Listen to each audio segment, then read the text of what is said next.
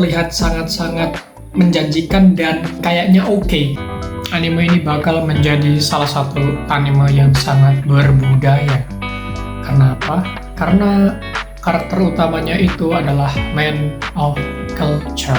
Oke, halo semua, kenalin aku Kanojo Hoshi di video catatan wibu. Dan konten catatan wibu yang kali ini aku mulai dengan ya kayak hitungannya season 2 lah, season 2 episode yang pertama. Dan di video catatan wibu yang pertama ini, di season kedua adalah aku mau ngebawain salah satu upcoming anime yang akan tayang nanti di winter 2024 atau ya awalan tahun mungkin aku bisa bilangnya. Dan itu animenya apa aja?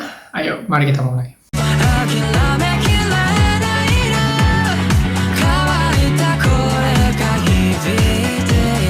Jadi aku udah mengumpulkan beberapa anime yang memiliki potensi, tetapi di sini aku nggak akan bilang bahwa akan bagus, akan buruk, akan jelek. Jadi ini netral karena aku belum melihatnya, karena ini belum full rilis. Tetapi kalau dari komiknya atau dari trailernya itu terlihat sangat-sangat menjanjikan dan kayaknya oke.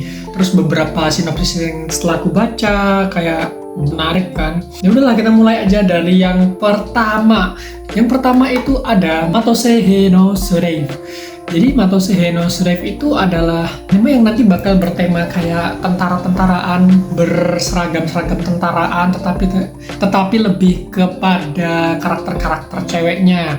Dan ini aku bacain dulu sinopsisnya. Bercerita di mana ada dimensi lain yang bernama Mato. Di dalam Mato itu ada makhluk yang bernama Yomotsushuki. Yomotsushuki ini semacam monster ya. Jadi ketika domain atau dimensi itu muncul, dan itu munculnya tiba-tiba di tiap daerah, itu tuh nanti bisa memakan korban. Nah, di situ juga muncul sebuah kekuatan yang bisa didapat dari situ, dari buah kalau nggak salah. Dan buah itu buah persik, atau kita menyebutnya, kalau mereka ceritanya menyebutnya tuh peach. Dan peach ini hanya bisa digunakan oleh perempuan. Nah, ceritanya dulu dimulai dari seorang pemuda bernama Yuki Nakamura yang merasa lelah dengan kesehariannya. Suatu ketika dia itu pulang sekolah, dan di waktu pulang sekolah itu dia tidak sengaja terjebak di dalam Mato atau dimensi tadi. Dan di situ dia kebetulan bertemu dengan seorang karakter perempuan. Nah, disitulah dia menciptakan sebuah kontrak dengan beliau. Ya seperti itu aja lah singkat sinopsisnya. Di sini tuh ya world buildingnya menurutku bagus. Aku udah baca sekitar ada 12-13 chapter komiknya. Dan konsepnya menarik, stylenya oke, dan ya biasalah aku suka sama konsep-konsep seragam-seragam yang seperti itu. Terus ada sebuah organisasi tertentu melawan objek tertentu, itu menurutku sangat menarik. Terus konsep di mana MC-nya itu menjadi kayak benten gitu kan, berubah-ubah. Dan yang terpenting, anime ini bakal menjadi salah satu anime yang sangat berbudaya. Karena apa? Karena karakter utamanya itu adalah man of culture. Beliau itu sangat man of culture sekali ya.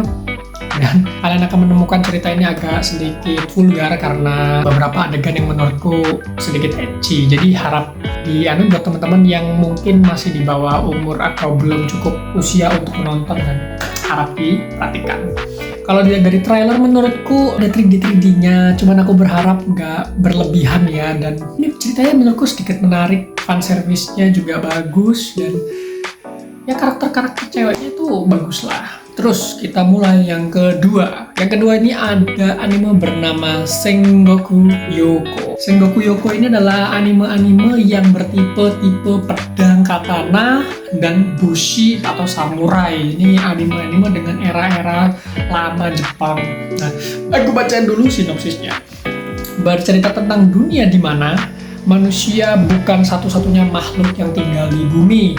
Ya, benar sih, tapi di situ juga ada makhluk lain selain kayak hewan-hewan atau yaitu bernama Katawara, atau kita nyebutnya iblis atau monster atau oni ya, gampang iblis aja. Dan cerita itu dimulai dari dua orang karakter ini, pengembara yang ingin membasmi kejahatan atau ngebasmi orang-orang yang memanfaatkan kekuatan oni atau oninya itu sendiri atau iblisnya itu sendiri lah. Seseorang bernama Tama dan juga saudara angkat, atau bukan saudara angkat, saudara tirinya bernama Jinka.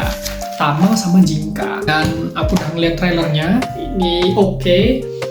Digarap sama studio White Fox. White Fox itu agak gacha memang studio, tapi aku percaya bahwa dari trailernya tuh terlihat sangat menjanjikan lah ya dibandingkan dengan Matoseihe. Dan terutama ini kalau kalian tahu Dororo, konsepnya mirip-mirip dengan Dororo, yaitu pembasmi makhluk-makhluk itu, terus temanya katana, pedang, dan seperti itunya. Aku udah baca sekitar mungkin ada 7 atau 10 chapter juga.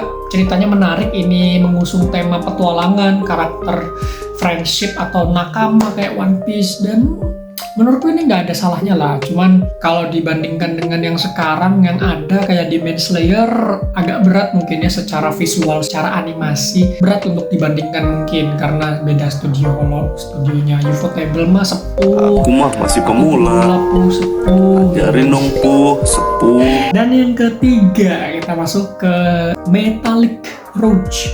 Metallic Rouge itu adalah anime original yang akan dipakai di, kalau salah maaf ya, kalau salah maaf aku lupa juga maksudnya, tapi Metallic Rouge ini yang pasti adalah anime original yang akan menjadi perayaannya anniversary Studio Bones. Kalian tahu Studio Bones itu animenya bagus-bagus, rata-rata digarap Studio Bones itu bagus-bagus, dan kalau aku melihat trailernya ini sangat menjanjikan, visualnya bagus, warnanya tuh keren, terus konsep dari anime ini adalah semacam, kalau kalian mengerti suit kayak Modern Warframe kayaknya kalau nggak salah ya nama gamenya itu, terus ya baju-baju suit agak ketat, terus ada mekanik-mekaniknya, terus berbentuk meka-mekaan, mesin-mesinan, terus transformasinya juga bagus. Ya menurutku ini salah satu anime yang patut untuk dilihat, terutama buat teman-teman yang mungkin akan mencari karakter desain action figure. Ini menjadi apa ya, konsep yang menarik loh animenya. Aku berharap sih akan bagus juga ceritanya ya, karena ini juga anime buat perayaan anniversary Studio Bones yang ke 25. Kita lanjut lagi yang keempat. Nah, yang keempat nih berjudul Dosanko Garwa Namara Menkoi. Ini adalah another anime romcom nantinya ya. Kalau kalian tahu Nagatoro, My Dress Up Darling, Tanaka-san ya kalau nggak salah nama animenya, anime-anime yang serupa yang karakternya itu, karakter cowoknya itu culun, terus karakter ceweknya itu hyperaktif, penyerang, bum kena mental gitu kan. Dan konsep romcom dunia milik kita berdua ya, ini adalah anime yang akan menayangkan seperti itu. Animenya aku bisa bilang ini animenya wholesome, sangat bagus. Ini aku nggak akan bilang bahwa akan bagus. Aku bacakan sinopsisnya. Seorang pelajar pindahan dari Tokyo ke Hokkaido bernama Shiki Tsubasa. Terus dia itu ketika dalam pemberhentiannya dia turun dari bus, dia tidak sengaja melihat dan bertemu seorang wanita, dan seorang wanita itu Gal atau Gyaru penyebutnya, dan dia terpesona beliau, biasa kan itu heroin. Dan ceritanya ya dimulailah di sana. Nah, menurutku anime ini bakal jadi anime yang bagus tuh karena dia mirip-mirip, mungkin nggak akan serame My Dress Up Darling yang luar biasa sekali itu, kila-kila, pika-pika gitu-gitu. Tapi aku merasa ini juga memiliki potensi yang sama karena ini anime-anime yang semirip-mirip lah. Ya terus voice aktornya itu dibawakan oleh voice aktor yang menurutku cukup bagus-bagus. Nanti kalau kalian dengarkan atau nonton trailernya, kalian akan mungkin mengenali beberapa voice aktornya. Ini voice aktornya bagus, terus secara warna bagus. Storyboardnya kalau aku lihat dari trailer itu cukup menjanjikan ya. Dan ceritanya aku baca komiknya itu sekitar kayak ya ada 10 chapter lah biasanya. Aku akan baca 1-10 chapter, terus gimana reaksiku nggak akan baca banyak karena aku berharap akan mendapatkan sesuatu dari animenya aja. Dan dari komiknya sendiri itu ya benar, ini dunia milik berdua. Heroin-heroin lain yang akan kena reject tuh akan perlahan muncul gitu aja. Tetapi kalau kalian mencari cerita yang wholesome, yang suka ditis atau suka dijahilin sama cewek kayak gitu, ini adalah salah satu anime yang bakal memenuhi hasrat-hasrat kalian yang seperti itu. Kalau memenuhi ekspektasi bahwa akan bagus, aku nggak bisa menjanjikan itu, tetapi setidaknya anime ini menjamin bahwa akan mendapatkan cerita yang sejenis dengan ya My Dress Up Darling mungkin. Cuman beberapa speknya itu agak di-enchant, mungkin aku nggak tahu, itu tergantung dari animenya nanti gimana. Lalu yang terakhir itu ada Majo to Yaju. Nah, tema ini tuh menurutku menarik dari premisnya. Waktu aku baca komiknya juga, detail backgroundnya, artnya bagus. Jadi untuk kali ini aku tidak ngebaca komiknya sampai 10 chapteran. Dan kenapa? Aku berharap itu mereka akan membuat anime ini bagus karena konsepnya bagus, konsep ceritanya itu, world buildingnya tuh keren, background dari gambar di komiknya tuh sangat-sangat detail, terus karakter-karakternya juga bagus. Aku suka konsepnya agak dark fantasi seperti itu. Kalau kalian tahu warna-warna dari anime 91 Days kayak gitu, terus ada anime lupa Vanitas Descartes atau apa Veritas gitu, mirip-mirip seperti itu. Jadi warnanya aku suka, tonnya, pembawaannya. Kalau aku melihat dari trailernya itu, aku berharap sih ini bakal jadi anime yang memiliki visual yang cukup baik, karena melihat dari studionya juga, ya ini studionya Yokohama Animation, dan meskipun mereka tuh baru menggarap beberapa anime, tetapi aku berharap untuk anime kali ini tuh mereka akan sedikit lebih bersemangat lagi loh untuk ngebikin ini, karena konsep dari anime ini tuh cukup menjanjikan lah. Dan aku lupa baca sinopsisnya itu bercerita dua orang pengembara. Yang satu bernama Gidao gimana bacanya, dan yang satu bernama Fisha. Si Gidao ini adalah seorang wanita yang memiliki taring itu. Kalau kalian tahu karakter Power di sini ya gigi taring seperti itu.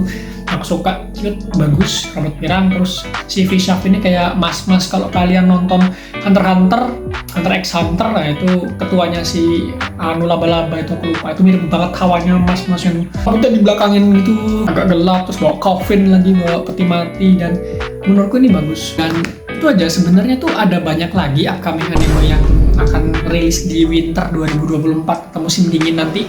Kayak misalnya ada Ayano Koji Kudarana Mendokusai, terus ada Solo Leveling juga, itu akan dianimasikan. Terus ada Tsukigami Chibiku second season, ada Masho, ada Sokushichi. Ini ya isekai-nya aku berharap ya paling akan jadi isekai yang biasa kalian temui, yang kayak ya udahlah gitu, having fun aja. Lalu ada Gekai Alice ini kalau aku baca sebenarnya dari manhwa, dan aku belum baca manhwanya, jadi sepertinya aku nggak akan masukin ke sini dulu lah. Dan ya ada Isekai Demofumofu ini mungkin akan kayak isekai wholesome. Terus kalau nggak salah nanti ada isekai yang masak-masak gitu. Mungkin itu aja, sekian aja. Kalau kalian mau nambah-nambahin informasinya silakan, mau mengoreksi juga silakan, dan kalau mau beropini juga boleh. Yaudah, sekian aja, yang terima kasih. Like kalau apa, dislike kalau tidak apa.